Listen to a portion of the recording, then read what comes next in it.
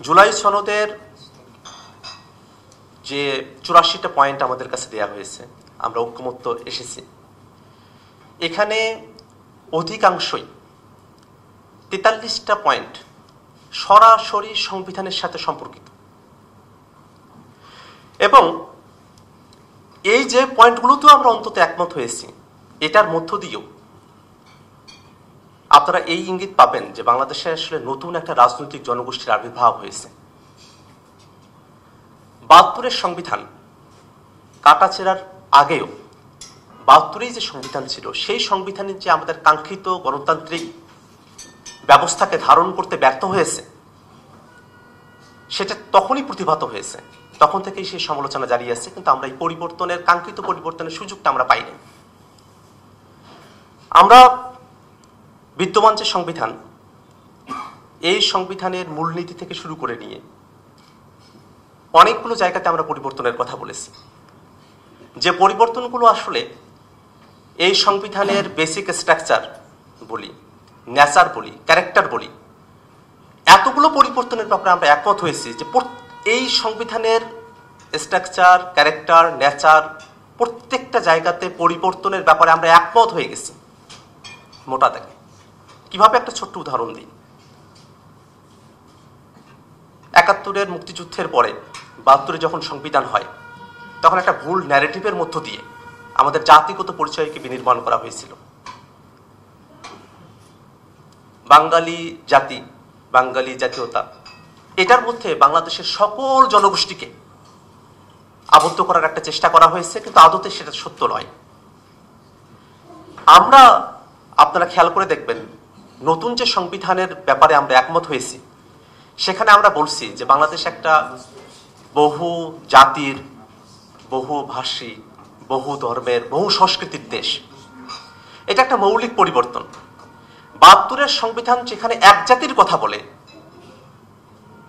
সে জায়গাটাতে আমরা বহু জাতির কথা বলছি, বহু সংস্কৃতির কথা বলছি। আমরা একটা বড় পরিবর্তনের মধ্য দিয়ে আমরা গিয়েছি। এবং এই সংবিধান যখন 72-এর সংবিধান তৈরি করা হয়, তারপরে গুঞ্জনটা কি ছিল যে সংবিধানটা প্রস্তুত করা হলো এমনভাবে যেন বা শেখ মুজিবুর রহমান তিনি ক্ষমতা পরিচালনা করছেন এবং তিনি ফ্যাসিলিটেট হতে পারেন এই সংবিধানের আওতার মধ্য দিয়ে। তো আমরা সেই কেন্দ্রীভূত যে জায়গা, সেখানে পরিবর্তনের কথা আমরা বলেছি। বাংলাদেশের নির্বাহী যে কর্তৃত্বগুলো আছে, সবকিছু এক জায়গায় কেন্দ্রীভূত থাকতো। আমরা সংবিধানের 70 অনুচ্ছেদ নিয়ে দীর্ঘ সময় ধরে আমরা কথা বলেছি। সেই 70 অনুচ্ছেদের কারণে সরকার প্রধান, দলনেতা যে সিদ্ধান্ত গ্রহণ করতেন, সাংসদদের এর বাইরে যাওয়ার কোনো সুযোগ ছিল না। কিন্তু আমরা কিন্তু সেই জায়গায় পরিবর্তনের ব্যাপারে আমরা একমত হয়েছি। যে আইন প্রণয়নের সময়টাতে আস্থা ভোট এবং অর্থ বিল, এই দুটো বিষয় ব্যতি রেখে বাকি বিষয়গুলোতে সাংসদরা নিজেদের মতো করে মত দিতে পারবেন। আবার আমরা যখন বিভিন্ন সাংবিধানিক এবং সংবিধিবদ্ধ প্রতিষ্ঠানগুলোর নিয়োগের ব্যাপারে কথা বলেছি, এটা একচ্ছত্রভাবে প্রধানমন্ত্রী এটা করতেন প্রকারান্তরে। রাষ্ট্রপতি নিয়োগ দিতেন, কিন্তু রাষ্ট্রপতি তার একা করতে পারেন না, তিনি প্রধানমন্ত্রীর পরামর্শে করেন। সে জায়গায় আমরা কিছু নিরপেক্ষ বডি তৈরির কথা বলেছি, যেখানে সরকারি দল, বিরোধী দল, তাদের একটা রিপ্রেজেন্টেশন থাকবে। তো আমাদের 72-এর যে সংবিধান, সেটা যতটা কেন্দ্রীভূত জায়গায় ছিল, আমরা কিন্তু বাংলাদেশের এই 53-54 বছরের এক্সপিরিয়েন্সের মধ্য দিয়ে আমরা বুঝেছি যে এই কেন্দ্রীভূত জায়গাটা আমাদের গণতন্ত্রের জন্য এবং আমাদের এখানে একটা হেলদি প্র্যাকটিসের জন্য এটা ক্ষতিকর, এবং সেই জায়গায় আমরা পরিবর্তনের কথা বলেছি এবং সে বিষয়গুলোতে আমরা একমত হয়েছি। এরকম আপনারা হিসেব করে দেখেন, এই 43টা পয়েন্ট সংবিধানের এতগুলো জায়গায় পরিবর্তন নিয়ে আসবে যে সংবিধান তার মূল যে চরিত্র, সেই মূল চরিত্রের অনেকগুলো জায়গাতেই পরিবর্তন সাধিত হবে। মৌলিক জায়গায় পরিবর্তন, মূল চরিত্রের জায়গায় পরিবর্তন, সেটাকে টেকসই কি সংশোধনের মাধ্যমে করা সম্ভবপর হয়?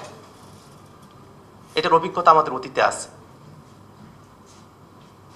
যখন 8ম সংশোধনী হলো, আপনারা সকলে জানেন, হাইকোর্টের বেঞ্চগুলোকে বিভাগীয় কিছু শহরে নিয়ে যাওয়া হলো এবং পরবর্তীতে কোর্টে যখন এটা চ্যালেঞ্জ হলো, তখন ইউনাইটেড স্টেট সেই যুক্তির বদৌলতে কোর্ট সংশোধনীটাকে বাতিল করে দিলেন। ঠিক একই পরিবর্তনের কথা কিন্তু এবারও আমরা একমত হয়েছি যে হাইকোর্টের বেঞ্চগুলোকে আমরা বিভিন্ন জায়গায় কি করব, স্থানান্তর করব বিভাগীয় পর্যায়গুলোতে। এই একটা বিষয়ই কিন্তু আমাদের অতীত অভিজ্ঞতা অলরেডি আছে। তাহলে সংবিধানের যে মৌলিক জায়গাগুলোতে পরিবর্তনের ব্যাপারে আমরা একমত হয়ে থাকি, এবং বিএনপি যে বিষয়গুলোতে নোট অফ ডিসেন্ট দিয়েছে সে বিষয়গুলোর আমরা একটু পরে যদি আলোচনাও করি, ধরে নেই যে সবগুলোতে আমরা একমত হয়েছি, এই বিষয়গুলোকে যদি আমাদের এই সংবিধানে টেকসইভাবে আমাদের নিয়ে আসতে হয়, শুধুমাত্র একটা সংশোধনী এটাকে গ্যারান্টেড করতে পারবে না।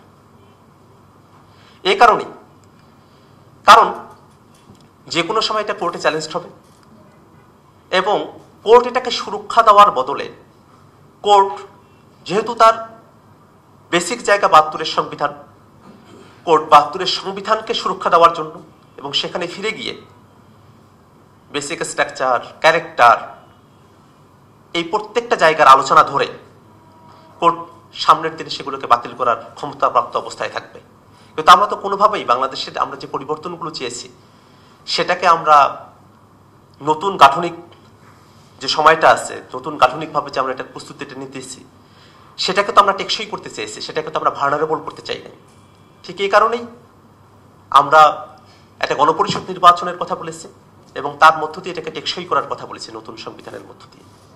এবং গণপরিষদ নির্বাচনের যখন আমরা কথা বলি, তখন অনেকে ভাবেন যে এনসিপি কি জাতীয় নির্বাচনকে দেরিতে ঠেলে দিতে চায়, পিছিয়ে দিতে চায়, এরকম ধরনের কোনো ব্যাপার থেকে তারা এই কথা বলে কিনা। এবং এই জায়গাটা তো আমরা খুব ক্লিয়ার করে বলেছি যে না, জাতীয় নাগরিক পার্টি এনসিপি আমরা শুধুমাত্র আমাদের দলীয় স্বার্থ, আমরা ক্ষমতায় আসবো না আসবো, কটা সিট পাবো না পাবো, জয়ী হব না হব, সেই বিষয়গুলোকে মাথায় রেখে আমরা বলছিলাম।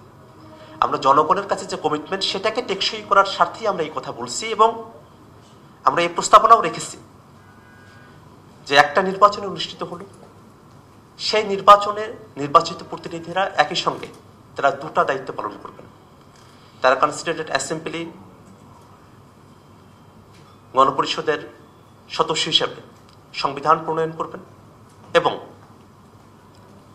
তারা রেগুলার সাংসদ হয়ে তাদের পার্লামেন্টারি যে ক্ষমতাগুলো আছে সেগুলোকে তারা প্রয়োগ করবেন। এই সমাধানের কথাও আমরা বলেছি।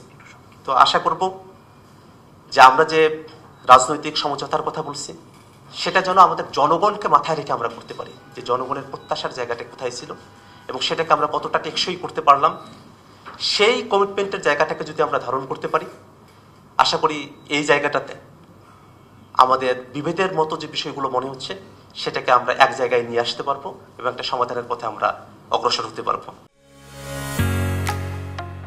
ঢালাইয়ের সেরা প্রিমিয়ার সিমেন্ট।